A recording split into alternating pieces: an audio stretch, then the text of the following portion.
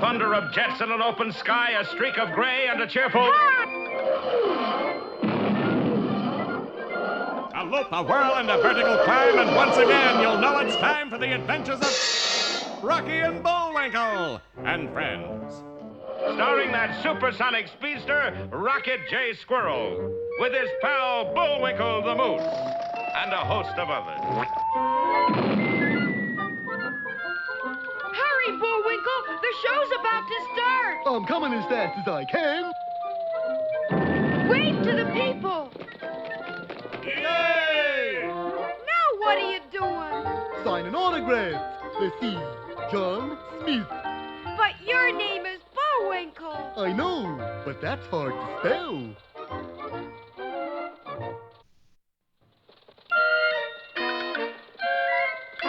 We're gonna have a lot of fun.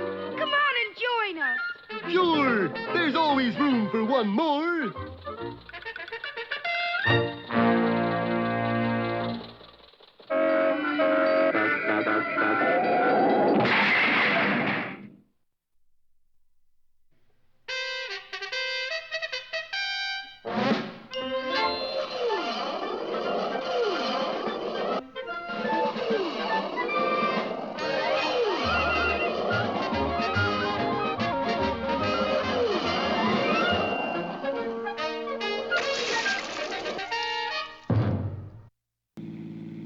Well, our heroes have been tricked into making a detour on their way to Mount Platten to find Bullwinkle's mine. Their nemesis is, who else, that fiend in human form, Boris Badenov. Ah, but remember, a fiend in need is a fiend indeed. Now Rocky and Bullwinkle are bouncing along through a top-secret military reservation. Sure, a lot of billboards on this road. I can't see the view. Suddenly, Rocky came to a dreadful conclusion. Bullwinkle, we're in the middle of a minefield. Hot diggy! We better stop.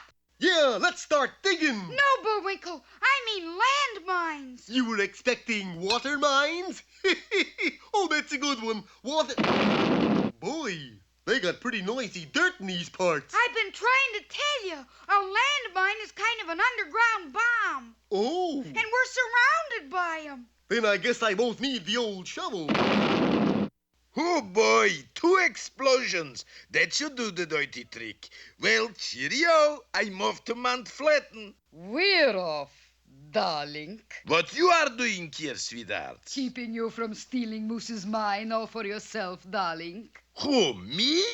Honey, pumpkin. Would I double-crossing on partner? You tell me.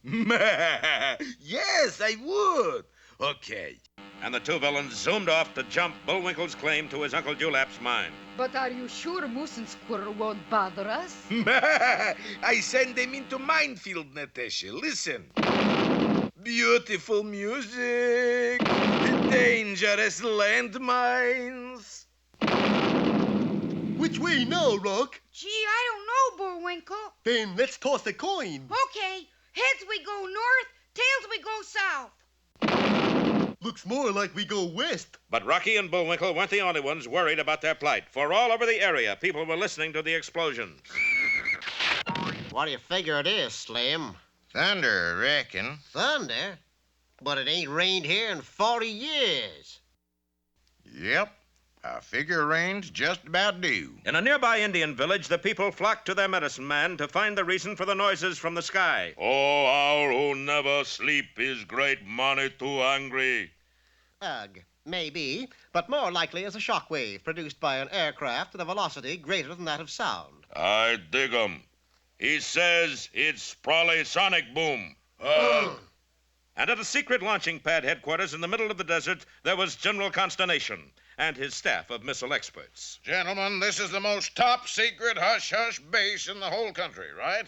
Yes, General. Well, listen. Does that sound hush-hush to you? No, General. Radar shows there are 2 nitwits wandering around in the minefields.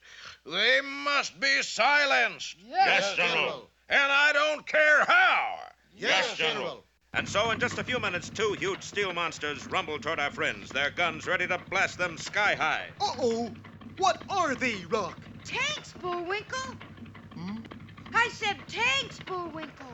Oh, do I have to say it? You better. Our time is running out. Okay. You're welcome. Too late. Be sure to see our next episode, Two Flying Ghosts or High Spirits.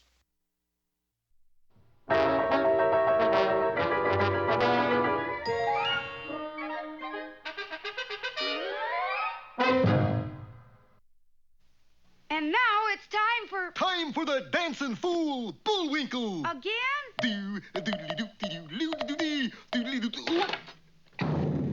And now for one of our special fairy tales. Yeah.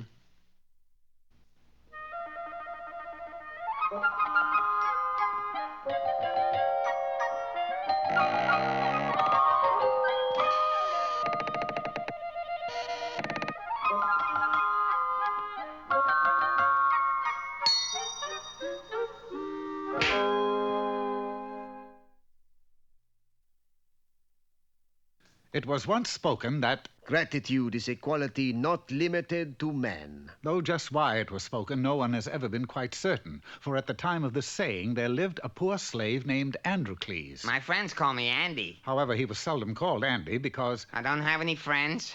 Androcles was owned by a wealthy merchant who treated him cruelly and forced him to work very hard. From morning till night, he did the cooking, made the bed, scrubbed the floors, and mended his master's torn togas. And for the tiniest little mistake, he was punished severely. Oh, hold still, master. There's a fly on your nose. Don't hit him with that, you idiot. You'll hurt me. Get the fly spray. Yes, master. Got him. All right, that did it. Now you know what's going to happen to you. No, master. Not that. Ah, but the merchant showed him no mercy. He made him stand in the corner for 2 hours.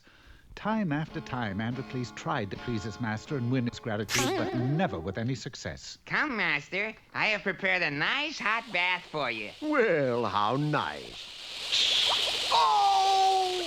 Was the water a tiny bit too hot for master? And, of course, he was again severely punished. I can't stand another minute of this inhuman punishment. I'll run away, and I'll search the world for someone who will give me gratitude for what I do. And so he did. For that very night, as his master lay sleeping, he stole out of the house and scurried away into the darkness. The next morning, Androcles was deep in the forest where he was certain his master would never find him. He was walking along his merry way when suddenly a voice called to him from a dense thicket. Oh there, stranger. Ho yourself. Who speaks? It is I. Androcles found himself face to face with the biggest, fiercest-looking lion he had ever seen. He was terrified and turned on his heels to flee and would have gotten away but for a huge tree that slightly blocked his path. Certain that the lion was upon him, he looked over his shoulder but noticed that the beast was simply lying there, moaning and whimpering piteously.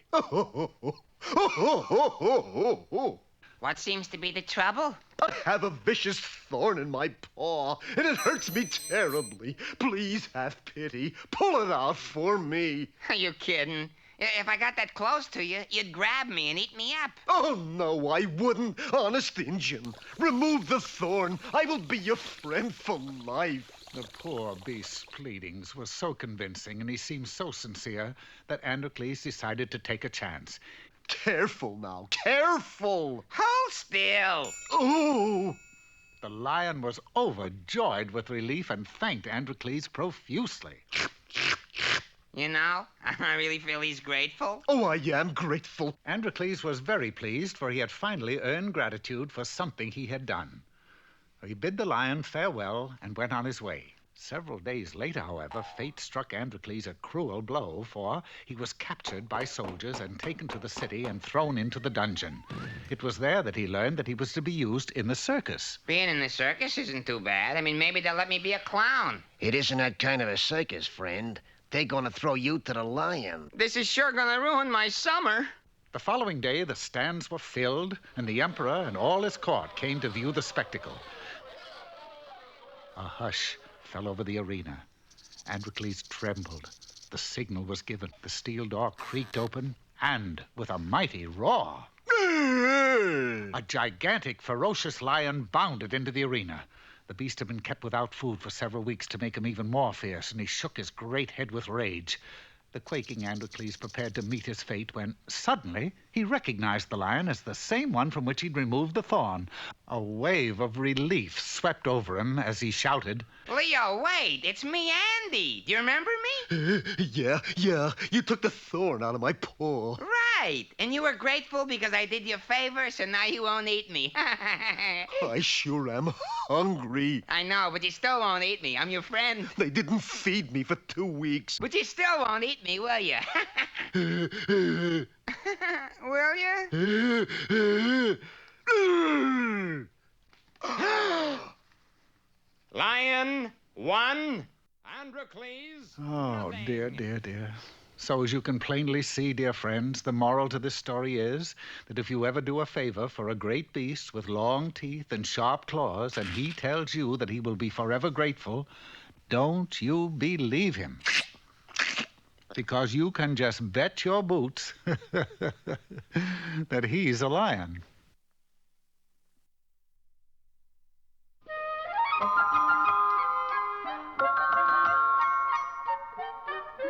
And now for all of you who like to think big, here's Mr. Know-It-All. Hello, you big thinkers, you. Today's lecture is entitled Falling Asleep on the Job Can Lead to a Rude Awakening, or Don't Be a Somnambulist Chaser. Let us suppose first that you are an admiral in the army doing sentry duty. The condition is red, and so are your eyeballs from lack of sleep. Falling asleep here would mean you'd lose your good conduct ribbon. The best way to stay awake is rush inside the nearest shack and light a cigarette. Preferably a candy cigarette. Next, we shall take a situation often faced by test pilots. You find yourself in the latest model, with your speedometer reading half full. You are ready to go into a screaming dive. After you land, right now it is your job to break the sound barrier, or at least bend it a little. You turn on your radio and contact the tower. This is Red Letter Day, calling Disabled Baker Charlie. Mayday, over. You discover to your disgust that Disabled Baker Charlie has gone into a screaming dive to wait for you. Anxious to get this over with, you throw the ship into a screaming dive. Hiya, fellas. Now I ask you, who could sleep in here? Thank you, Mr. Know-It-All, for showing us how to stay awake.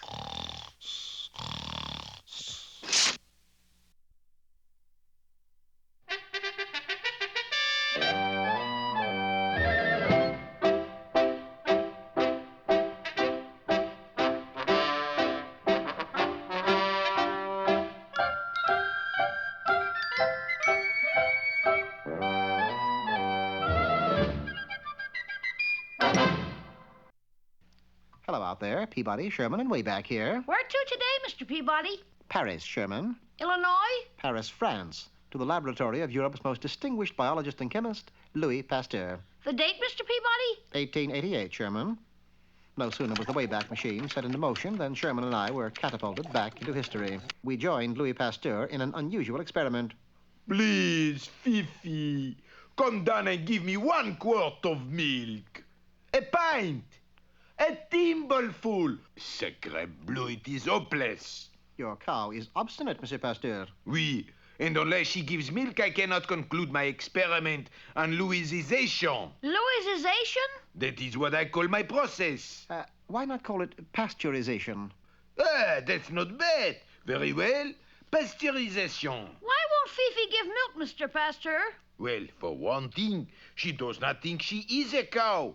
Same move for the gentleman, Fifi. Fifi sounds like a rooster. Not only sounds, I found these in her stall this morning. Eggs. Pure, unadulterated eggs. There's more here than meets the cow, Monsieur Pasteur. Just then, the door opened. Monsieur Pasteur? Oui? I am the director of the Faculty of Sciences. Are you prepared to conduct your experiment on Louisization? Pasteurization, monsieur. No, I am not prepared. I cannot give you any more time. You have until tomorrow morning. Without milk, I will never be ready. Then let's go out and get some. It seemed like a good idea, but unfortunately, the 4-H Club of France was holding a conclave in Paris, and when those children drank milk... I couldn't couldn't buy 1 quart. And all the cows I came across were in a state of exhaustion. Then the responsibility lies with Fifi. She must perform. We kept Fifi under observation, but her behavior was normal. That is, until the sun went down. She's heading for the door. Quick, stop her! No, let's see where she goes. There followed a fantastic tour of Paris. From the top of the Eiffel Tower, through the sewers beneath the city, and finally in a dark alley on the left bank of the Seine, Fifi entered a cellar. Perhaps she paints at night. Nothing that cow does would surprise me. Keep your voices low. Unless I'm wrong, and I never am, Fifi is keeping a rendezvous. Look into my eyes. You are a chicken. You are not a cow. You are a chicken. You will not give milk to pasture. You may lay an egg or two, but you will not give milk. That man is hypnotizing Fifi. It is my stepbrother, Gaston. He is in showbiz. A hypnotist? The greatest, monsieur. But why is he doing this? Does he hate milk? You will return to Pasture's laboratory as though you had never been away. But you will not give milk. Oh, yes, she will. Louis! Your scheme won't work, Gaston. What scheme, monsieur? This cow wandered in and... Enough! Obviously, you were jealous of Pasteur's success as a biologist. You knew of his experiments on pasteurization. Louisization. No, we changed that. So you figured if he couldn't get milk, his experiment would fail. I don't know who you are, monsieur, but you are right. However, there is nothing you can do, because I will hypnotize all of you into thinking you are canaries. Focusing his evil eye, Gaston prepared to do his evil work. You are canaries. You are not what you are. Already, Sherman and Pasteur were beginning to fall prey to Gaston's hypnotic trance. That's when I pulled out my sunglasses and quickly shielded my eyes. You are a canary, a little teensy-weensy canary. Of course, Gaston was unaware the dark glasses acted as a reflector. His trance simply bounced back where it came from. A canary, a little canary who... Tweet, tweet, tweet, tweet, tweet, tweet, tweet, tweet, tweet, tweet. That ended Gaston's little game. He was given some seed and placed in a cell. Freed from Gaston's power, Fifi made up for lost time by furnishing Pasteur with enough milk to last a month. Relieved, the master chemist returned to his experiment, as Sherman and I prepared to return home. What a great man Mr. Pasteur was. Yes, Sherman. He gave us a wonderful salad. Salad, Mr. Peabody? Those shrimps on that plate, Sherman. Haven't you ever heard of Shrimp Louis?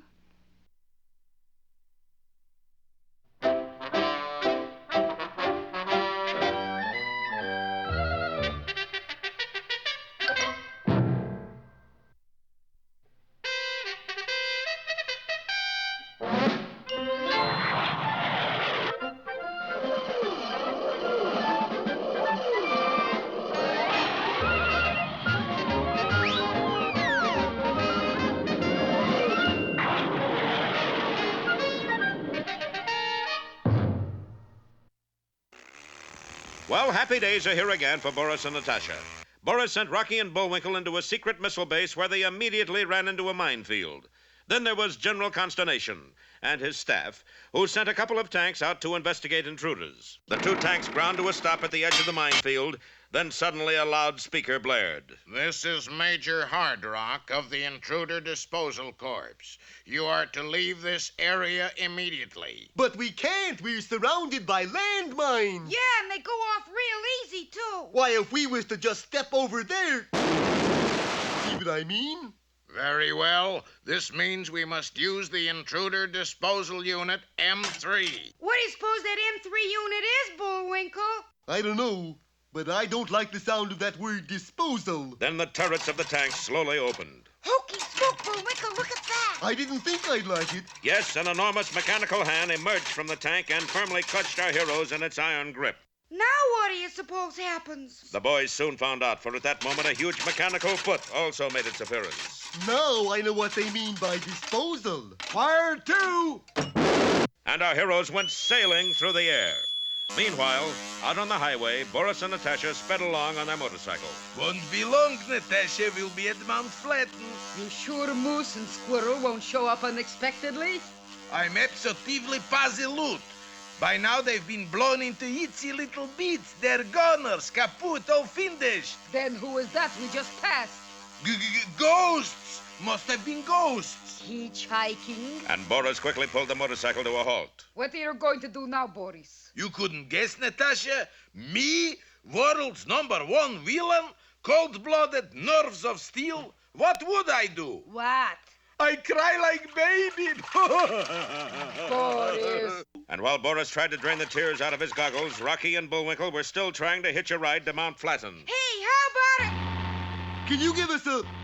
Gee, we could be stranded here from now on, Bullwinkle. Well, I'll stop the next car, Rock. How? I'll just lie down here in the road is what. Hey, that's dangerous. Tut, Rocket. Who in the world would ever run over somebody laying in the middle of the road? Well, now we know who. But it seemed the driver of that large limousine had seen Bullwinkle, for the car stopped and began to back up. Looks like he's coming back for another crack at you, Bullwinkle. Now that is going a little too far. Hey, he's stopping. I told you it'd work. Gee, this is awful nice of you, Mr. He's probably shy, Rocky. Let's just get in. Our heroes did get into the limousine, and it started off down the road. It's a little warm in here, Bullwinkle. Let's roll down a window. Okay, Rock.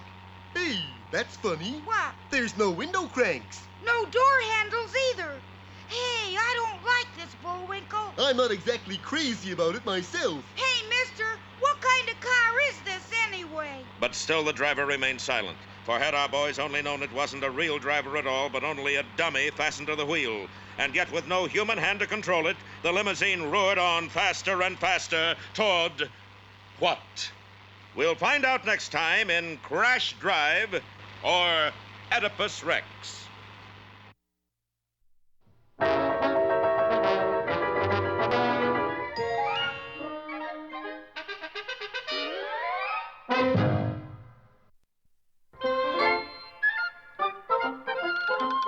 Well, it looks as if our time is just about run out. Mine must be a little slow. You got the credits, Bullwinkle? All on this itty-bitty card. Oop.